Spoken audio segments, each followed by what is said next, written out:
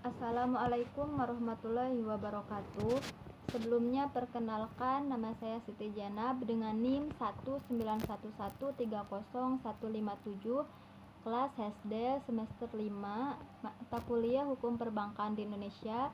Dosen pengampu yang terhormat Bapak Rizky Mehta Setiadi, SE, MAK. Baik, langsung saja saya akan menjelaskan materi tentang kejahatan dalam perbankan dalam rangka ujian akhir mata kuliah Hukum Perbankan di Indonesia. Baik, langsung saja. Yang pertama, kejahatan ekonomi. Secara garis besar, kejahatan komersial itu terbagi menjadi 6 kategori. Yang pertama, penyimpangan perbankan. Yang kedua, penyimpangan perdagangan. Yang ketiga, penyimpangan pembayaran perdagangan eceran. Yang keempat, penyimpangan yang berkaitan dengan investasi. Yang kelima, penyimpangan perusahaan. Dan yang keenam itu penyimpangan lainnya seperti kejahatan komputer, kejahatan asuransi, penyimpangan pajak, dan sebagainya. Dan menurut Profesor B. Marjono Rex Odiputro SHMA, memberikan pengertian kejahatan ekonomi adalah setiap perbuatan yang melanggar peraturan perundang-undangan dalam bidang perekonomian dan bidang keuangan serta mempunyai sanksi pidana. Pada tanggal 4 sampai dengan 7 Juni 1989 telah dirumuskan macam-macam jenis kejahatan ekonomi, yaitu kejahatan di bidang perbankan, kejahatan di bidang perdagangan, kejahatan di bidang investasi, kejahatan di bidang perusahaan, dan kejahatan di bidang lainnya seperti kejahatan komputer, asuransi, pajak, dan maritim. Nah, kejahatan perbankan. Sebagaimana telah diuraikan di atas, kejahatan perbankan merupakan salah satu bentuk dari kejahatan ekonomi. Nah, kejahatan ekonomi ini sering dilakukan dengan menggunakan bank sebagai sasaran dan sarana kegiatannya. Malahan pada akhir-akhir ini timbul modus operandi kejahatan perbankan dengan mempergunakan sarana canggih berupa komputer. Kejahatan dengan komputer seperti yang terjadi pada kasus Marif Kim, pembobolan Amex Bank, pembobolan negara Indonesia 1946 di New York, dan pembobolan Union of Switzerland.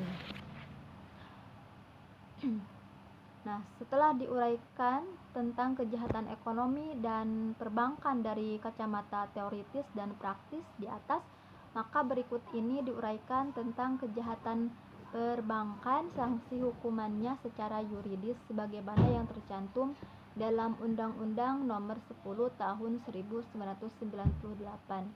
Nah, dalam hukum perbankan yaitu pasal 51 Undang-Undang Nomor 10 Tahun 1998 terdapat beberapa kategori tindak pidana perbankan, yaitu 1.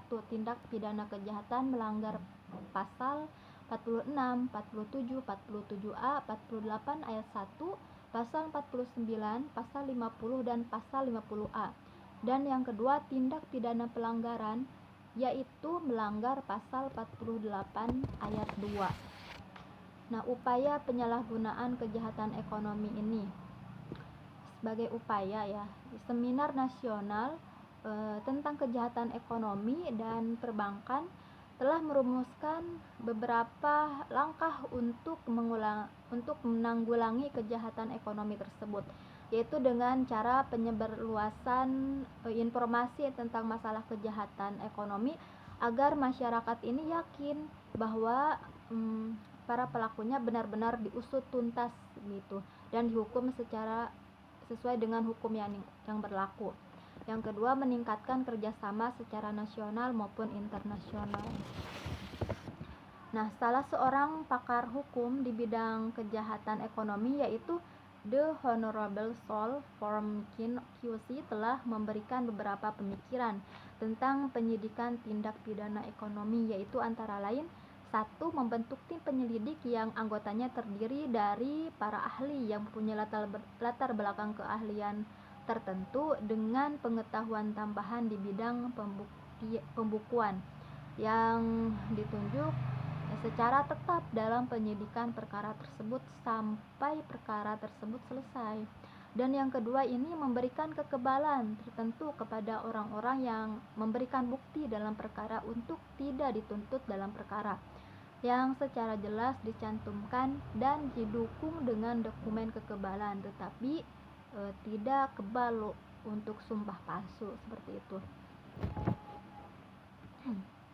Mungkin itu saja yang bisa saya sampaikan, kurang dan lebihnya mohon maaf karena saya di sini masih belajar.